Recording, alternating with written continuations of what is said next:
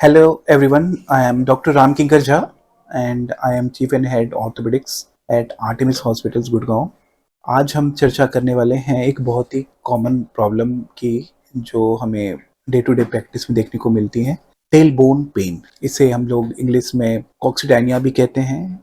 ये एक्यूट हो सकती है या क्रॉनिक हो सकती है। मुख्यतः जो एक्यूट केसेस हमें मिलते हैं उसमें कोई इंसान यदि सख्त सरफेस पे यदि गिरता है तो टेल बोन पे चोट लगने की चांसेस होते हैं। यहाँ पे ये फ्रैक्चर भी हो सकता है, डिसलोकेशन हो सकता है या एक्यूट एंगुलेशन भी हो सकता है। ये तीनों तरह की चीजें हो सकती हैं। तो एक्यूट सिनेरियो में बेसिकली हमें फ्रैक्चर डिसलोकेशंस हमें ट्रीट करने रहते हैं, जो कि मैनिपुलेशंस और साथ में मेडिकेशंस के वो ठीक हो जाते हैं। क्रॉनिक पेन जो रहते हैं अधिकतर उनमें मिलते हैं जिनमें कि बैठने की जो हमारा पोस्चर्स रहता है हार्ड सरफेस पे एक लंबे टाइम रहता है, तो उसमें ये क्रॉनिक पेन डेवलप हो जाते हैं टेलबोन के। और दूसरा सिनेरियो है, बहुत ही रेयर होता है, जिसमें कि इन्फेक्शन होते हैं टेलबोन के, चाहे ट्यूबरक्लोसिस हो या और कोई इन्फेक्शन हो।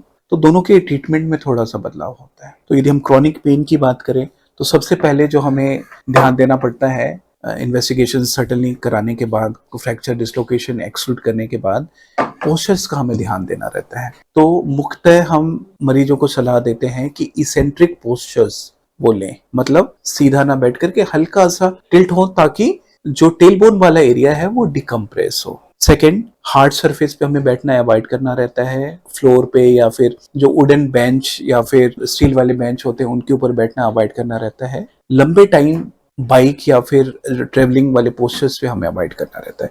पहली तो ये है। दूसरा, कॉक्सिक्स पिलो करके आती है जिसपे इंसान बैठ सकते हैं, और उसमें भी कॉन्सेप्ट ये है कि जो टेल बोन वाला जो पोर्शन है वो डिकम्प्रेस होता है और हमें राहत मिलती है। एक सीट्स बाथ करके एक होती है, बड़े से टब में गर्म पानी डाल करके उसमें बैठे और सिकाई करें, ये सीट्स बाथ होती है। ये भी कितने मरीजों में हमने देखा है कि काफी कामयाब होती हैं पेन रिलीफ में। इसके अलावा मेडिसिन और बाकी सारी चीजें भी दी जाती हैं। लेकिन जहाँ पे इन्फेक्शन हो वहां पे ट्रीटमेंट थोड़ा सा बदलाव हो जाता है। वहां पे हमें सर्जिकली उसको साफ सफाई करनी पड़ती है, डिब्राइडमेंट करना पड़ता है। इन सब उपाय से मरीजों का ये टेल बोन या कॉक्सीडायनिया का पेन जो है वो कम हो जाता है। Thank you.